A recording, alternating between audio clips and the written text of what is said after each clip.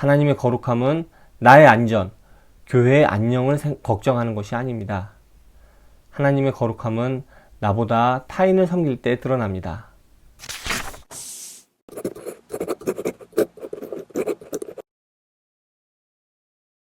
안녕하세요. 믿음의 향기 이신영입니다.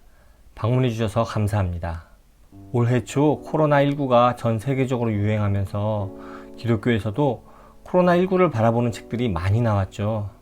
존 파이퍼를 시작으로 톰 라이트나 존 레녹스 같이 유명한 학자들도 책을 내놓았고요. 그 외에 국내 신학자나 목회자분들도 책을 많이 내놓은 것으로 알고 있습니다. 그 중에 이 책 월터 브루그만의 다시 춤추기 시작할 때까지를 나누고자 합니다. 이 책의 저자인 월터 브루그만은 구약학자입니다. 그래서겠죠.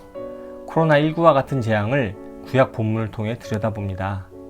특히 저자는 예언의 상상력을 강조하면서 재앙을 통해 탄식해야 하고 또한 그 탄식을 넘어 하나님의 새로운 창조를 희망해야 한다고 이야기합니다.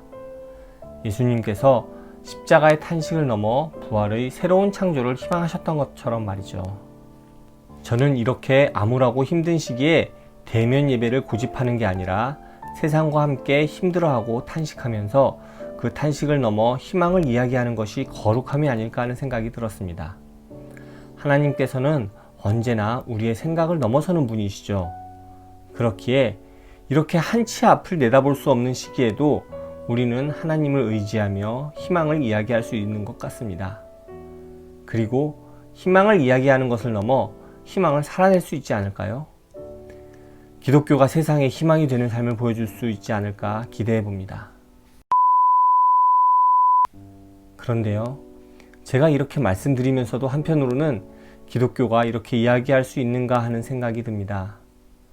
요즘 한국의 기독교는 희망이 되기보다는 걸림돌이 되고 있는 것 같거든요. 사랑제일교회와 전광훈으로 대표되는 한국 보수 기독교의 모습은 희망이 아닌 절망과 좌절을 주고 있는 게 아닌가 생각합니다. 우리가 최선을 다해 도와줄 테니 함께 이겨내자 라고 하면서 희망을 살아내기보다는 가짜뉴스와 혐오로 가득한 메시지와 함께 코로나19를 더 퍼뜨리고 방역에도 협조적이지 않은 모습이 과연 그리스도를 따르는 모습이라고 할 수 있을까요? 그런 모습에서 어떤 희망을 발견할 수 있을까요? 그래서 우리 기독교의 모습을 다시 돌아보아야 합니다. 어려움이 닥쳐온다고 느낄 때마다 탄식과 절망에 휩싸여 하나님이 예비해 놓으신 희망을 보지 못하고 우리의 머리로 계산하고 발버둥 치는 모습이 우리의 모습이 아닌가 생각합니다. 특히 이렇게 대규모 재앙 속에서 하나님의 새로운 창조를 희망하지 않고 내 힘으로 재앙을 극복하고자 하는 모습은 결코 거룩함이 아닙니다.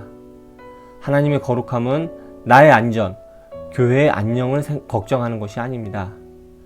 하나님의 거룩함은 나보다 타인을 섬길 때 드러납니다. 그러나 한국 사회 속에서 소리를 높이는 기독교의 모습은 전혀 그렇게 보이지 않습니다. 이런저런 명분을 찾지만 결국 교회의 안녕이 목적인 것처럼 보입니다. 거기에 거룩함은 전혀 찾아볼 수 없습니다.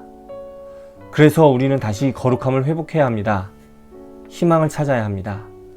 이 책에서 기독교의 희망을 엿볼 수 있습니다. 하나님의 탄식에 함께 탄식하고 하나님의 새로운 창조를 상상하며 희망을 회복해야 합니다.